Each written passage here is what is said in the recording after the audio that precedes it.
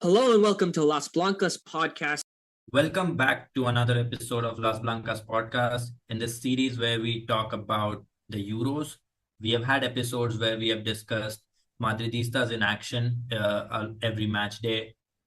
But today we are here with a more general overview of the group stage now that the knockouts are about to begin. And to do that, we have got a special guest with us who has been on the pod before, and she's back again bringing her expertise about women's football, about everything England as well. So Maryam, welcome to the pod again.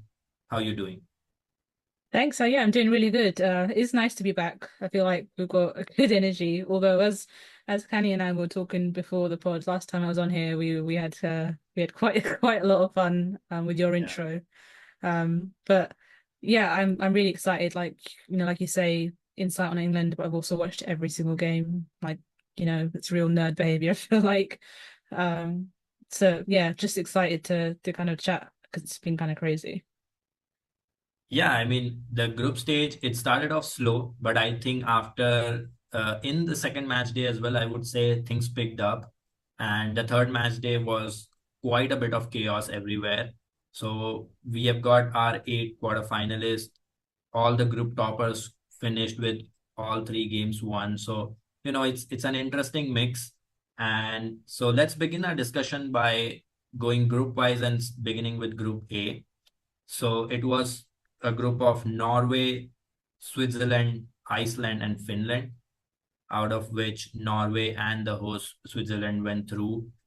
Final match day drama a little bit in the Switzerland game against Finland. So a late equalizer that set them through. So Norway did not look very convincing in any of their games. I feel like they are the imposters in the final eight. Honestly, like their results don't match their performances at all. But Kanita, I'll first throw it to you. What were your thoughts on Group A? The two teams that have qualified. What do you make of them? And was there any overarching theme that you noticed about it? I mean, from from the start, they've been really annoying, so to say. And well, it was a dramatic ending, in the end, in the last match day with Switzerland qualifying towards the, you know, finishing minutes and stuff. So I'm really glad that Switzerland, as the host nation, qualified, and it was a huge thing for them, for women's football in their country as well, obviously. But oh my God, Norway is really something there with their defense, like crazy. Like Norway is this like attacking powerhouse, and also, well, yeah, with their like attack with midfield and with the attacking line and everything. Like we all know what Norway is capable of there, but defense, they just non-existent. I think they think that well, that they believe that football is not about defense. But yeah, I mean, we'll see how wrong they are in the knockouts. So yeah, maybe they surprise us. Who knows?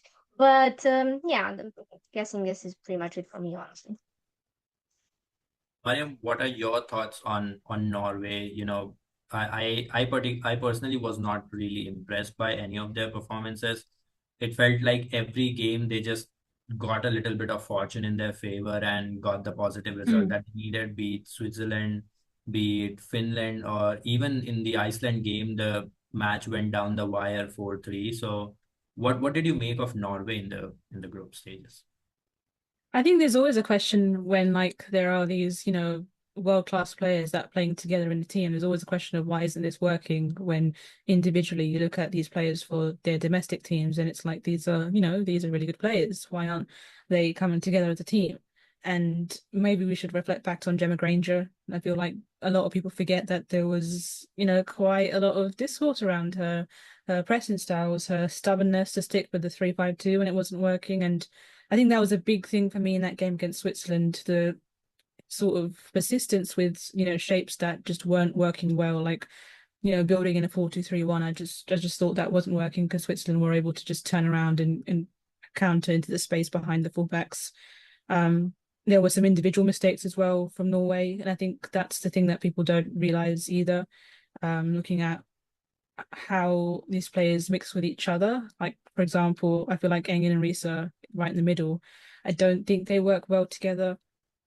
I think that the partnership is interesting to see because individually, like their ball progression skills are really good, but I think that they lack that sort of strength and physicality. So for me, it's like we're not really questioning why this isn't working, right? Because all of these players are meant to be working as a team, but they're not.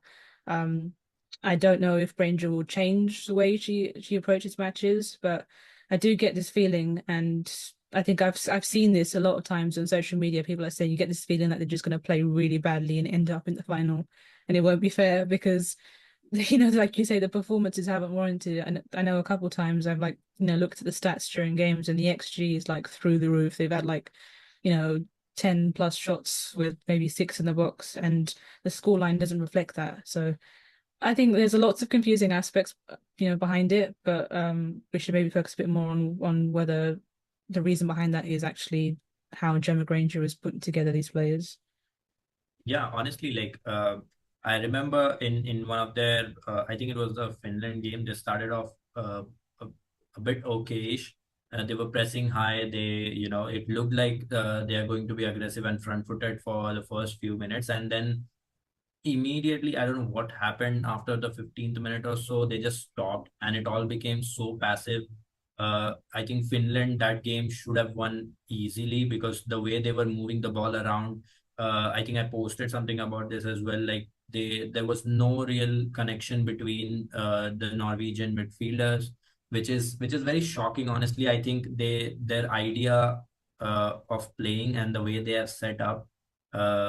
Especially off the ball, is very passive. If the front line is pressing, the midfield does not follow at all, and that just makes it very, very easy for the opposition to play through them.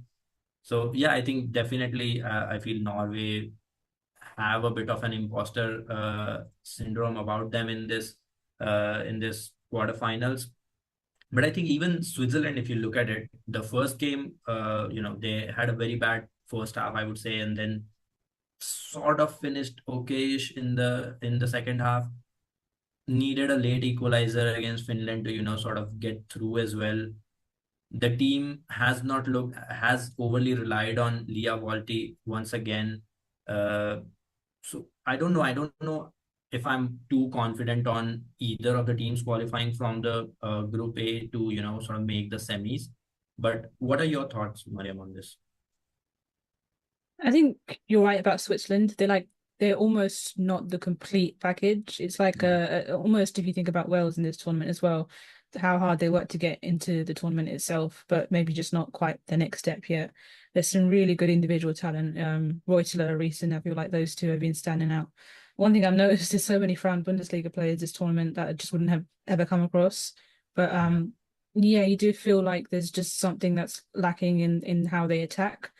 Positionally, structurally, it's not like it doesn't seem so bad, but you then look at how they've been performing against teams who are more technical players and one ones, and you just think they're just going to be bested by a team slightly better. I will say that I feel like I mentioned, Norway just feel like they're gonna somehow end up doing really well for themselves, which is interesting because if they did win, I think they'd face England, or they'd be in England's sort of line in terms of going towards the final. But yeah, you almost don't want it to work, so you can say that, look, this is a system that was trialed out during the Euros and has been trialed in the last Euros for Gemma Granger's side, and it's not working, but I get the feeling that having individual talent kind of makes you a bit superior. So I'm on the fence for Norway. Switzerland, I don't want to be pessimistic, but I think they probably won't make it. But one thing that's really good is, again, like I said, noticing the individual talent, because there's so many players in this tournament that I feel like are going to get more time, whether it's for their club in terms of minutes or even like more sort of attraction in terms of the media. So yeah, that's kind of where I stand. I don't know if Kenny thinks differently or not. Yeah, I mean, listen, Switzerland is facing Spain in the knockout, so I don't think they stand a chance there. So yeah.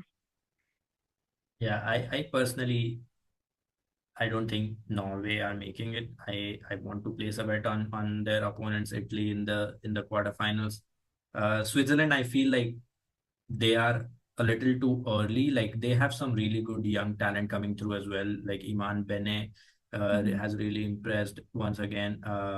Schertenleib is like she has become one of the key players in attack for them already. She's just 18 now. They got Wandeler as well, doing really good. So they've got players who will come through and who will probably be important for them in the coming years. But yeah, I think they are a little too early at the moment, so I don't expect them, and especially against Spain. So Okay. yeah, I I will think. I Sorry. will add that, like I said, I really tried so hard to write a piece sort of last week on how I felt that despite the loss, Belgium kind of showed maybe that Spain could be beatable. You Yeah, know, the 5-3-2 press, like by the end of the game, I was like, okay, does it really count if you can't sustain it? But with a team that's so like possession heavy, how would that work? Because I felt like it was a completely different game to some of the performances we've seen against Spain in even match day one. The only thing I could point out was, like I said, there's space behind Carmena and space behind maybe on the other side as well, because they push up so high. Maybe a better team could punish them, but yeah, I don't know about Switzerland. It's like you said, the good thing is that people are noticing that the host country, there's some good up and coming talent. I think the question is the right tactics, or maybe the wrong personnel, you know. yeah, yeah. Of course, I think we will see. Like I don't think any team in the competition so far has seemed invincible or like really, really outright the best team in the tournament. Yes, Spain leads the way at the moment, but I feel like every team has shown vulnerabilities throughout the group stages. So, Mm-hmm. like moving on to Group B, you mentioned Spain. We had Spain and Italy from Group B who qualified for the quarterfinals. Italy, one draw, one loss, one win. For the first half, it did seem like Italy also caused a lot of problems to Spain with the way they were playing. So, that transition-based style with quick forwards, with relentless forwards, and a better timing of run. If Italy get that penalty, maybe things look a little bit different. Spain, run away with big score lines, six against Belgium, three against Italy as well. So they've got lots of goals in them. Of course, they have a lot of quality even to bring on from the bench as well. So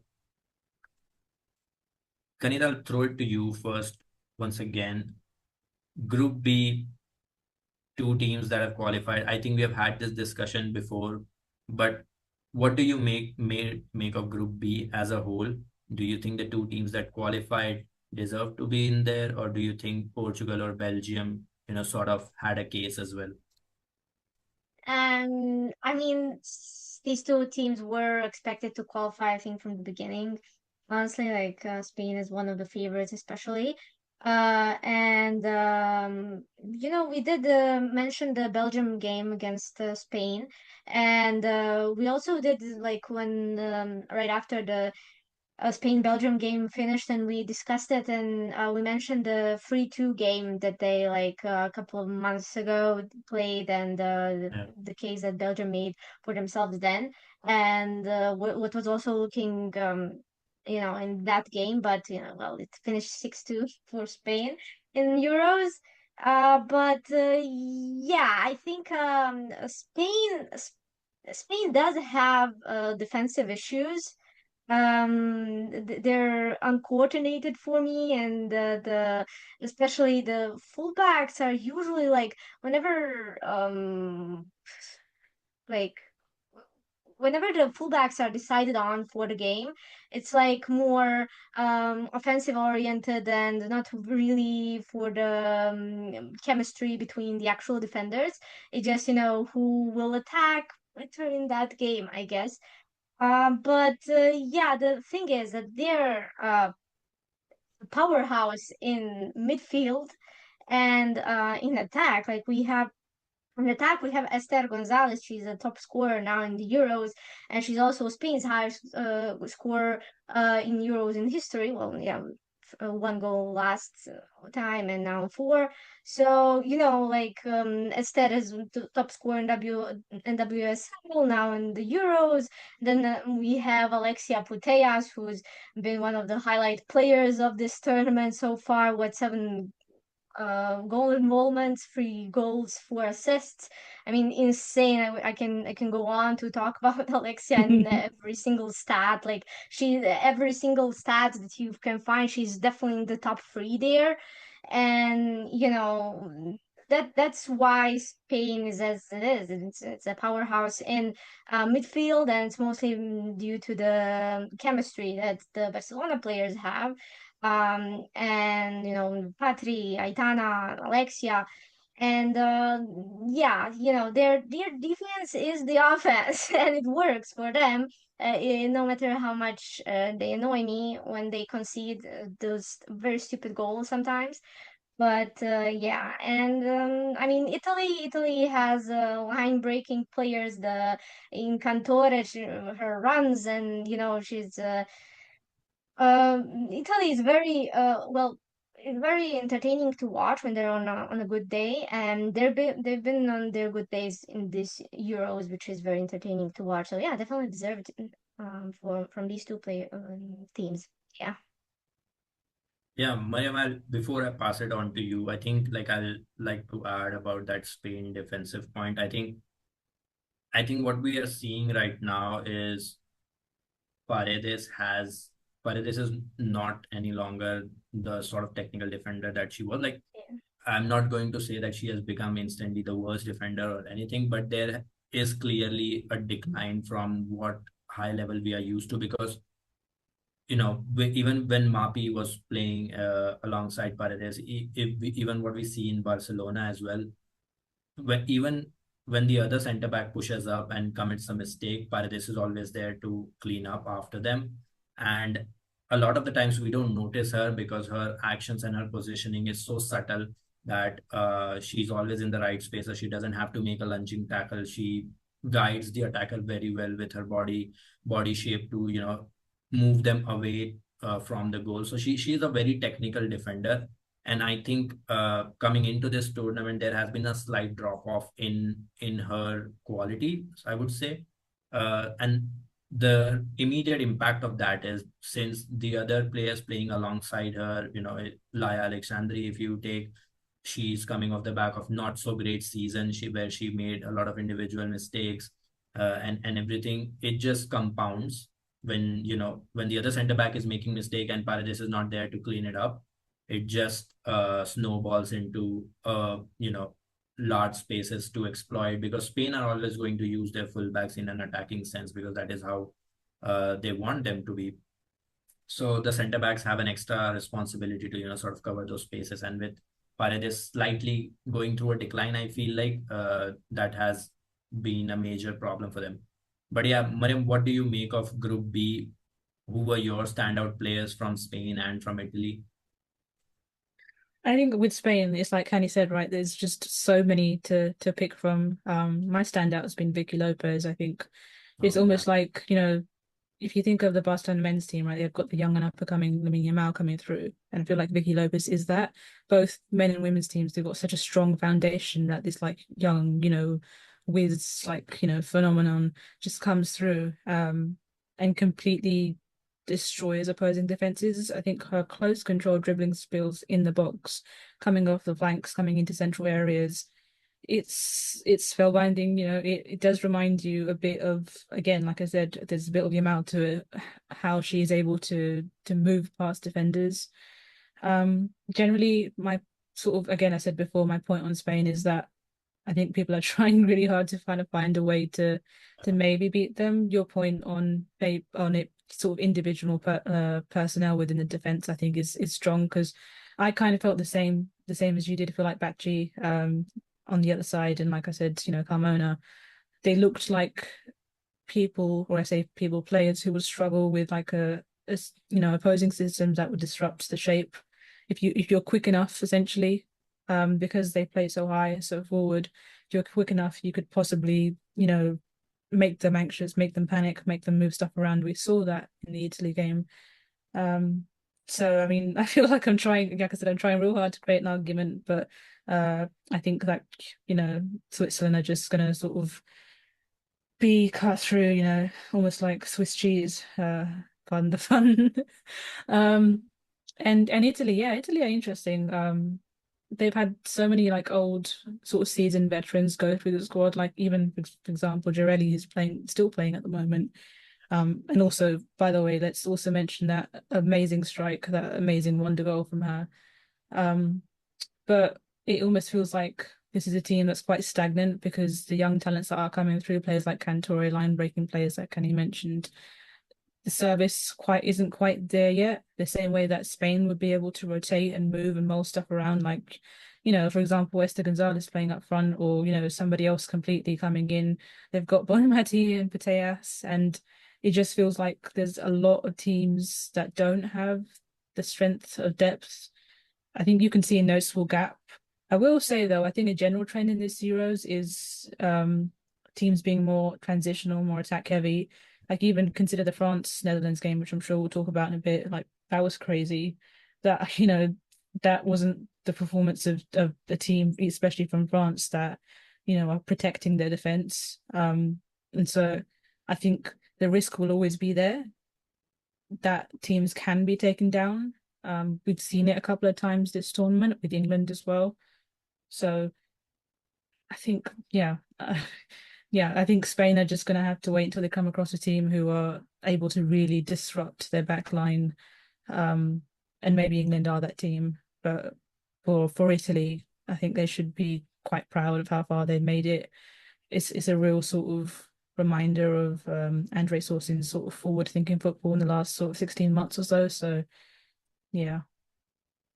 Yeah, I feel like the fact that you mentioned about Italy's chance creation, like I've got a soft spot for Italy because I feel like they are on the cusp of being among the talks of this consistent side that makes to the knockout stages, especially after that 2019 World Cup. You expected more from them, but that did not happen in the following Euros and the World Cup.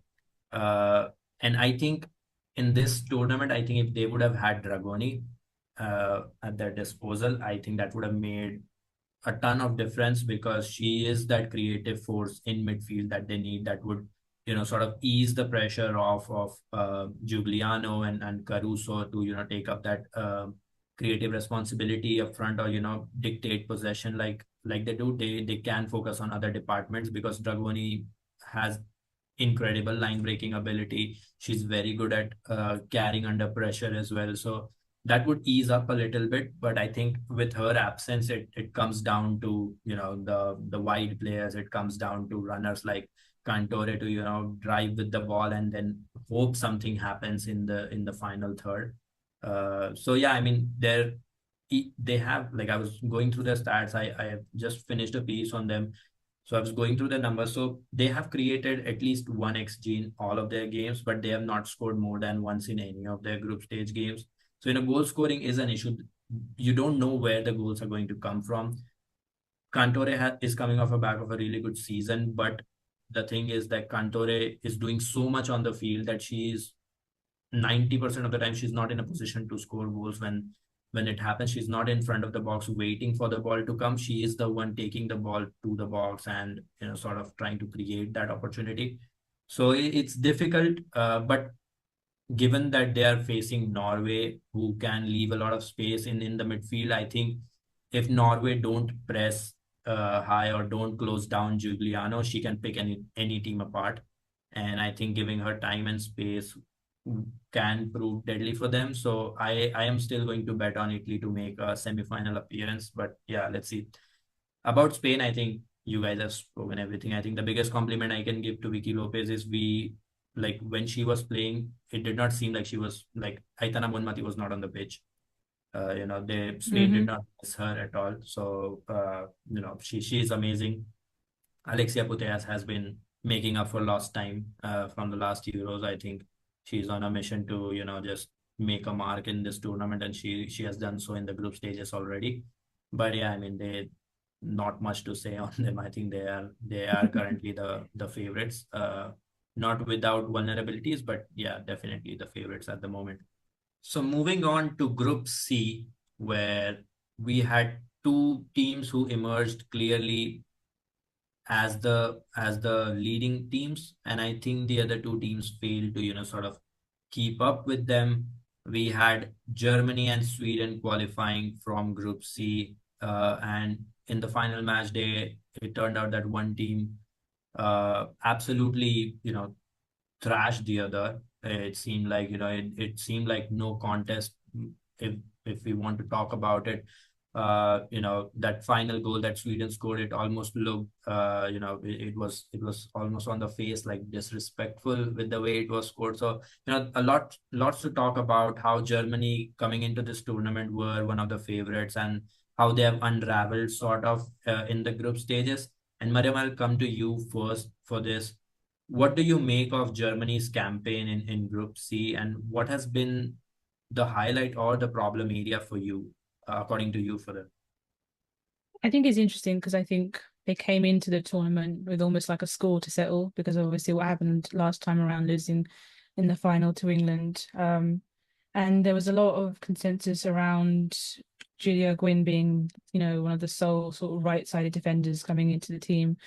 And it's interesting because you think about like the tactical rotations, and it reminds me of the discourse around Sarina Wiegman and the same issues she's having with her midfield. And she said, well, there are players who can play in multiple positions. So it seems, it might seem like we're lacking, but we aren't. I think about this Germany team, and I don't think that there are, at least in a defensive sense or even in a midfield sense, loads of players that can be moved around a lot. Obviously losing Gwyn is massive. We don't know how long she's going to be out for. It seems like a pretty serious knee injury. She was there the Sweden game, the last game of the group stages. She was on the bench, quote unquote, on the bench, all strapped up. But her replacement, sort of, I think it's Wamsa. I can't remember if that was her or not. Yeah, came in, assisted a goal. Got red carded, made a goal line save, and now it's like, oh crap, we've got to seriously think about how we're going to move stuff around. I haven't been impressed with their defensive midfield. I think that's been almost like a running theme for me with a couple of teams in the Euros. I feel like it's a real shame because Nusken and Sense individually for their clubs are really good holding midfielders. They're really good at making interceptions, pressing hard, maintaining the high block. But I don't think, if you look at their numbers and stats on FBref, they're not great at progressing the ball. So I feel like at times Dahlmann in the number 10 position has looked isolated, kind of forcing, Schuler and Brandt to drop in much deeper to kind of try and create things a bit more. So that playmaking element has been impacted quite a bit. So I think partly, obviously, losing a key player in the tournament is, a hammer blow, and you have to adapt around that. But I've not been impressed, in terms of their tactical setup either. I think actually it's really funny because the two teams are talking about, Sweden and Germany, they have very similar tactical styles. They play with sort of really high fullbacks, and so while that's great when you're on the attack because you're stitching stuff up, when you get caught out of possession, you're screwed, right? There's a couple of really funny screenshots from the Sweden-Germany game where it's like all four defenders are just like trapped or caught like in one part of the pitch because it's been a sudden switch. And that's why that game that you mentioned, where there were 4 goals and that last goal, it felt embarrassing, but it was because there was that risk. And it feels like tactically, I'm not entirely convinced by the team. It's kind of why I was almost gunning to play them as an England supporter. I'd rather have faced Germany because I know that, tactically and also their squad depth isn't great. Sweden, I'm a little bit more concerned about, just purely because of you having Johanna Kanewood writing in the team. That's enough to scare me. I've seen what she's done for Chelsea. Yeah, she is simply somebody who can really isolate, wide midfielders even, and fullbacks and 1v1s. I think that again, both teams try to suffocate central areas with pressing and medium or low blocks, but in the wide areas they really thrive. that's an area that England have struggled with. So to kind of circle back to your original question, I think some of it has been unlucky for Germany, like I said, but some of it's questionable tactics heading into the tournament. They knew that, they'd be a little bit light across positions, haven't been convinced with their midfield. Claraball is probably the one player that I think has shone really in the sort of absence of a more playmaking, creative forward. Really good at dropping deep and in getting possession. Almost reminds me of the Lauren James sort of performance against France. So it's just, I expect them to make more of an impact the next game. I don't know if they were like just seeing that game as dead rubber, but I haven't been entirely convinced. Yeah. Kanita, the same question for you. Like, Sweden have looked like, despite, Sweden, with Sweden, it has felt like this generation is coming to the final cycle for the last two tournaments. And I think, maybe this time it will be final. Maybe the next tournament they won't show up and look as good in the tournament as they always do. It's something about Sweden and international competitions. They just manage to find a way together. And I think a lot of the credit has to go to Peter Gerhardsson. I think he is one of the most brilliant managers in women's football. His side is well drilled. They form their whole diamond thing, and on the right hand side, they have incredible chemistry between their players because they have played together for so many international tournaments now. So they bank on that. They keep it simple. They play a 4-4-2 where an experienced player like Aslani and Blacksenius know when to press. They are very good with their pressing triggers. They know how to defend deep.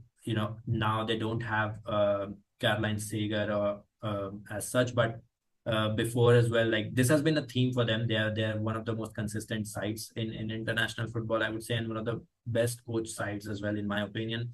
So they always tend to perform well. But Kanita, what did you make of Sweden in this group? And then some thoughts on Poland as well, because I think they had a lot to talk about in this campaign as well. So yeah, take it away. Yeah, I really enjoyed Sweden, especially watching the Madridistas and ex-Madridistas playing here, and I was really glad to see the whole like right hand side of Sweden like play so smoothly and play with each other. Such beautiful football, between Yo-Yo Kanarin and Angeldal and Aslani, like those triangles they make, and even their right back Holmberg scored against Germany. So it's the entire right hand side. It's really fun, and I mean, oh, some of the highlight players of the tournament would be like those three players from Sweden for me. Like in that group of highlighted players, and I'm really happy to see Filippa Angeldal in one of these. Like in the first two games, especially she got a MVP in the first one, and even the last one, like against Germany, like looking back at it, she was like a bit like on the down low, but she was still like with the numbers and all, she was still moving forward more efficiently than any other player on the pitch, with like 11 progressive passes and 4 shot creating actions, like the most of out of anyone. So she was like in silent, moving the play in silence. She always does, even if she's not highlighted in a game.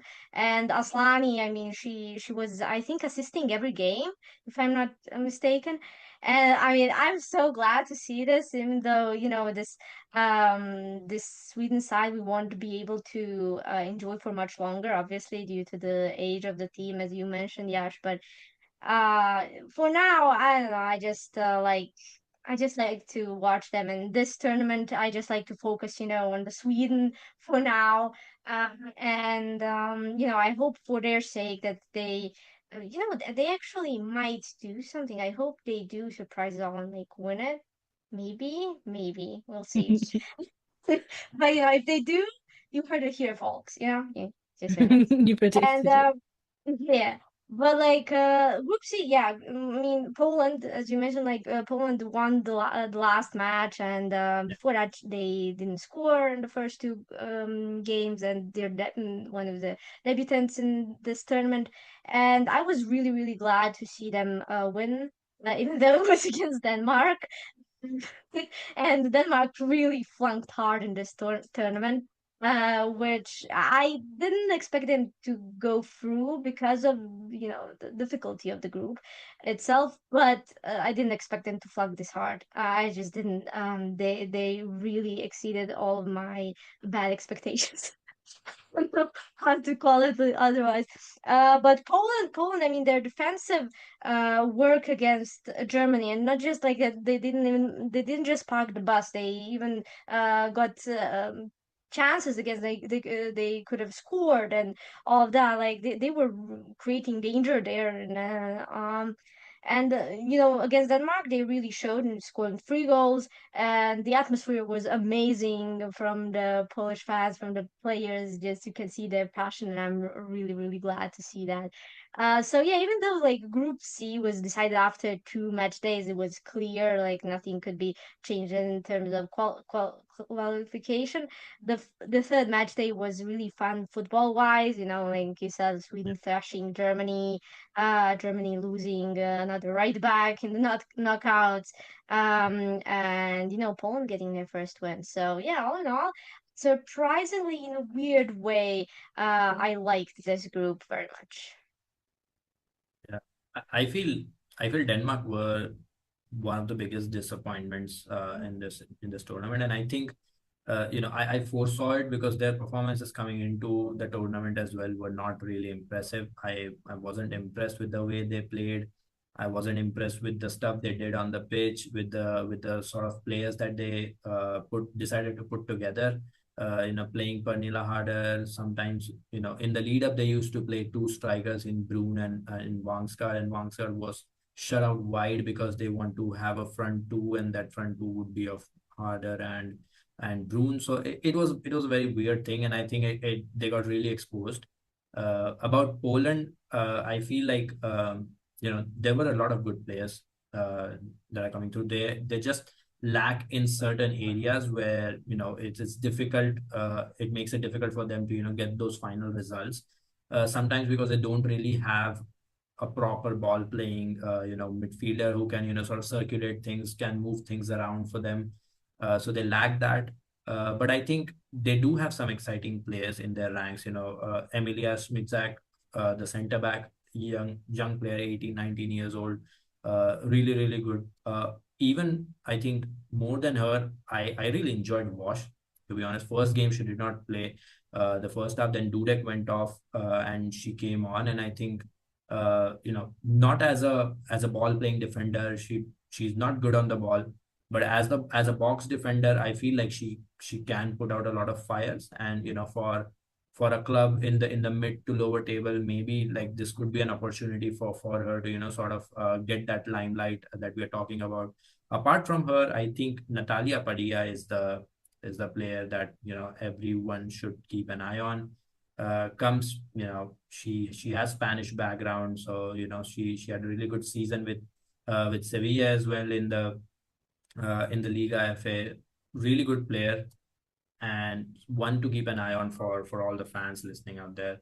I think she can be a very, very interesting player moving forward.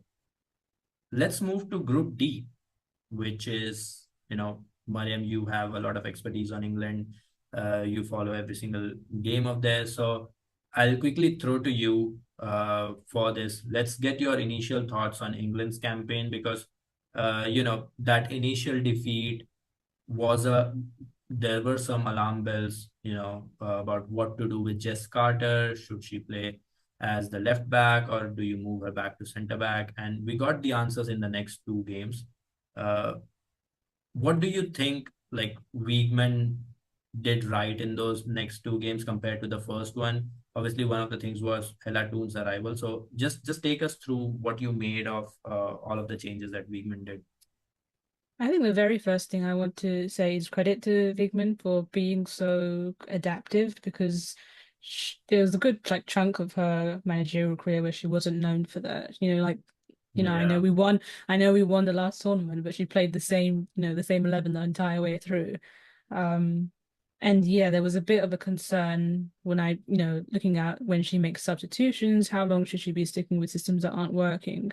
Like, Lauren James in that more deeper playmaker role isn't working the same way that Jess Carter, anyone who's watched her play for Chelsea knows that she struggles, when she's facing sort of pacey dribblers in 1v1 situations, when getting back into like a defensive shape or structure. So it was interesting to see, obviously, Georgia Stanway and Kira Walsh in the middle. Stanway's been nursing an injury for the better part of 16 months. She's just come back from it. And I don't know if she'd played more than 90 minutes for England prior to that. So perhaps there was some expectation that this wasn't going to be a great performance, but I do believe that they didn't think it was going to be as bad as it was.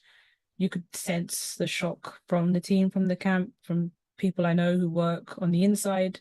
It was a real wake-up call. And so the very next game, to see those tactical changes come into fruition, obviously France and Netherlands, two very different teams. France, they've got this really suffocating 4-1-4-1 press. Don't allow you to move the ball around a lot, look to stretch you. And there's so many good players in that. I mean, the front line is so interchangeable. To have Baltimore, Diani, Katoto, Matteo off the bench, Cascarino, it's crazy. So I think there was a massive switch in pace from that performance to Netherlands. Netherlands, I'm surprised because I thought they would have looked at that performance and say, like, okay, this England team, can't handle that fast press. They're playing with a double pivot. One of those has been injured for most of the season. Kira Walsh is obviously amazing, but you can't do it on her own. She needs support from the wide midfielders. But they didn't. They opted for a much sort of slower approach, less sort of focused on overturning possession, and more focused on kind of keeping that mid block, that low to mid block. And so the flanks were just isolated. And if you think back to that performance of Lauren James against France, and Beth Mead looking like she had no time on the ball at all, you wouldn't have realized that there was a difference, because it was the tactical switch that allowed James to play in the more wider area, and of course dropping Beth Mead for Lauren Hemp, and it just being a completely different game. So I think I'm trying to sort of, in a very long-winded way, to say that there was a massive tactical shift between first game and second game, and that's amazing, because Wiegman from maybe 5-6 years ago, or even whatever, wouldn't have done that. I do think France laid out the blueprint for how to tackle this England side, even if Carter wasn't playing left back, even if James was playing in a more isolated role. It's very clear that England struggle against teams that press out of possession, or have structures that force them to press out of possession, frustrate players. Netherlands didn't do that. They tried to have that sort of 4-2-3-1 build up with the low block, and failed, because Lauren James is Lauren James, and on the other side things were going really well. And then even from then to the Wales match, there was another massive shift. Like, Georgia Stanway was now playing a much higher role. She was overloading on the right flank, and poor Lily Woodham and Rachel Rowe were absolutely annihilated the whole game. Lucy Bronze was playing in an inverted position, which is interesting, very interesting, and we're building with a back three. And so it was just stretching Wales's defense. And, there were 6 goals, and it was because another tweak had been made. So going from France to Netherlands to Wales, just massive number of changes, adaptations, tweaks, positional, rotational. And it's surprising, but it's good that we're keeping up, because I think that it shows we're not one note. We can change when situations require that change. And it does concern me that I think if England were to win against Sweden and then go through possibly Norway, Italy, whatever, I don't think that they'd be facing teams that might really use the same thing that France did until maybe the final versus Spain. So there's been lots of good signs, essentially lots of good signs. And I don't know, I kind of worry, because each game it gets better, but you're just sort of thinking, oh, someone's going to eventually find us out. So yeah, that's kind of my intake. Yeah, I think, this this new look Wiegman has been, sort of Mhm. quite impressive because she wasn't known for her changes. Even when she was the Dutch manager, she used to Mhm. have a fixed 11 and they used to play the entire tournament. She used to have a fixed set of subs as well, that Mhm. these are going to come on irrespective of what the game demands. And I think this campaign has been a welcome change. She has been a little proactive about the changes that she's making and everything. So yeah, it has been interesting to watch England, and especially how they have dealt with, you know players who aren't performing in a certain position, players who have left, are not in the camp anymore, with the availability and everything. I think it's quite interesting. So let's see how far they can go. But Kanita, let's talk about the other team that qualified from this group, France. 3 wins out of three. First two games, it seemed like, okay, this is maybe they are one of the contenders. And the third game suddenly threw some doubts in the mind after that performance in transition, especially. It was a weird sort of setup from them as well, quite a few rotations as well. And it wasn't until, Netherlands themselves sort of stopped doing what they were doing in the first half for France to capitalize. And yeah, they have quality. They scored those goals in 6 minutes and changed the game. But what were your overall thoughts on France's campaign, Kanita? Yeah, I think every France game we've covered this Euros, we talked about the questions of the lineup and the inconsistency of the lineup. Sometimes the lack of logic behind putting this particular lineup and the particular combination of players, because it didn't really make sense. For example, in the first game, I think Toletti didn't even start.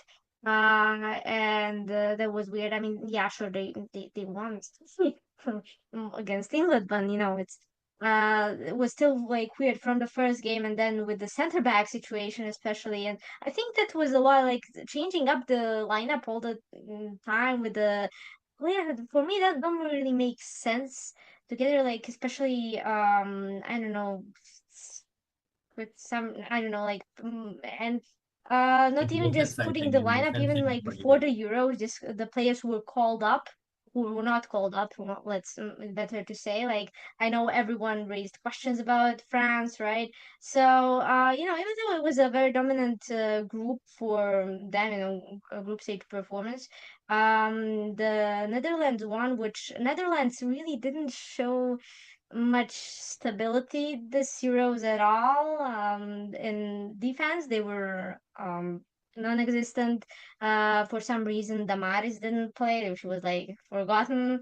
Had cameos there, but yeah, very weird from Netherlands there. I think like the only player in the Netherlands like in the attack that had like an impact for me was Pelova, and she did indeed show that against France, but obviously Pelova alone wasn't um you know well enough for Netherlands. And France, yeah, with those quick fire goals did end up doing it. So yeah, I don't know, like France is weird for me.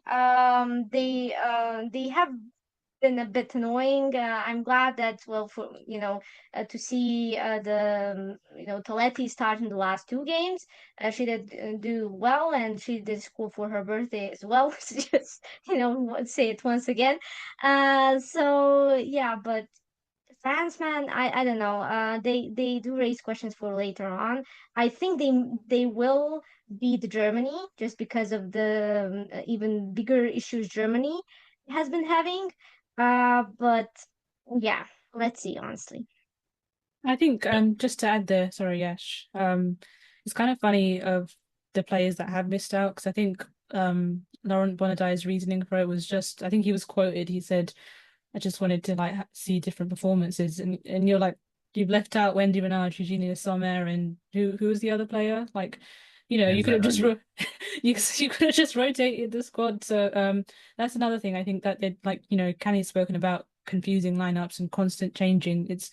It's it's almost like when a team has that much depth, like think of Spain, think of, like even England, are they, is it permittable even like morally or socially that they can be that rotational? I don't know if it was the England game or another game, but I think there was at one point they changed all three stars like front attacking players who were playing up front. And they've got Clara Mateo on the bench, and Katota doesn't always start either. So it's like, where is the line? Because you come to a tournament with players that are so good, but they're on the bench. So it's like, how do you justify that? I'm sure there's confusion there, but it's France. They've had so many weird political stuff happening inside the dressing room. And like I said, to drop those three players, the captain, vice captain, and your most seasoned, striker, just because you wanted to see different results, So it's possible that France's undoing will be actually not what happens on the pitch, but what happens off it. But I agree with everything Kani said. Yeah, and I think that has been the story of France lately. So much talent, but always been the bridesmaid, just never able to get over the line. And yeah, I think this season, like this competition in particular, I think my biggest concern is their defense. It has looked quite weird, and more importantly, I think they're not playing Lacrar for some reason, which is very weird. Like you have this great center back at your disposal, and you are trying a combination of two players who might turn out to be good. Sombath is good. I get it. Samaura might turn out to be good. Yeah, she has quality. She showcased in the last 2 seasons. Last season was a weird one for her, but in the season before that, she showcased it. But at the moment, you have a ready-made centre back who was one of the best in her league, who has been doing it for years, who has previously done that for France at an international stage as well. So, not playing Lacroix, and this is not just coming from a Madridista or anything. I don't have any such bias, but if if you don't have Wendy Renard at your disposal, then you have to put your two best center backs on the pitch. Like that is a thing. So I don't get it. Lacroix has to be on the pitch at all times, I think, with France, and that is not happening. So yeah, I mean, De Almeida hasn't had the best of campaigns, so that is a side that I'm looking forward to that Germany game, because how she deals with Clara Boule is going to be quite a watch. So it's gonna be an interesting game for me, I think, definitely. So yeah, I mean, I used to be very invested in France. Then I chose my mental health over them. So now I'm not as emotionally invested in them anymore. But it's still frustrating to watch them mess it up and shoot themselves in the leg time and time again. So hopefully, maybe we get to see different results. Maybe Bonade is right. Maybe we don't know something, but we'll find out. So yeah, I think that is about it for the general review. The knockout stages begin tomorrow, and it's gonna be fun. I feel like we might see one or two surprises here and there in the semis, and who knows? In a knockout competition, anything can happen. So let's hope for some interesting result. Maybe the defending champions go out. Maybe we get a new a new sort of champion. It can be fun. So let's hope for some interesting results. Maryam, thank you once again for agreeing to come on the pod and bringing us your insights. It's always a pleasure to have you, and we would look to have you again during the tournament. So yeah, any concluding thoughts from you guys before we wrap it up? I mean, I feel like Spain are inevitable. I don't want it to be. I really don't. I'm trying hard, and we've credit to us that we've spoken about a couple of weaknesses, but it just feels like it's like a Thanos level of inevitability. They Yeah, just well, I would just say Thanos lost in the end, oh so yeah. we don't know. Yeah, I But yeah, suppose. let's Spoiler see. alert. Yeah. Let's see what happens as things unfold. Thank you for listening to us. We will be back with another episode. Please keep supporting us. Share this video with your friends. Don't forget to like and subscribe to the channel. And yeah, thank you once again. Until next time, Hala Madrid. Madrid.